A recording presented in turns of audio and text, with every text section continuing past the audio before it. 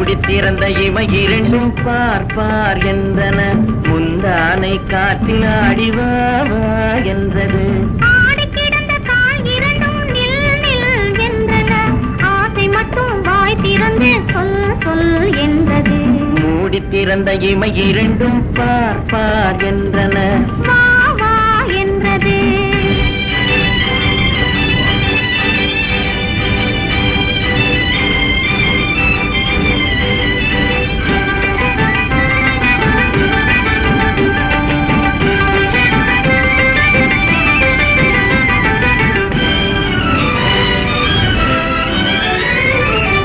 கொடி நடை முன்னும் பின்னும் ஐயோ ஐயோ என்றது.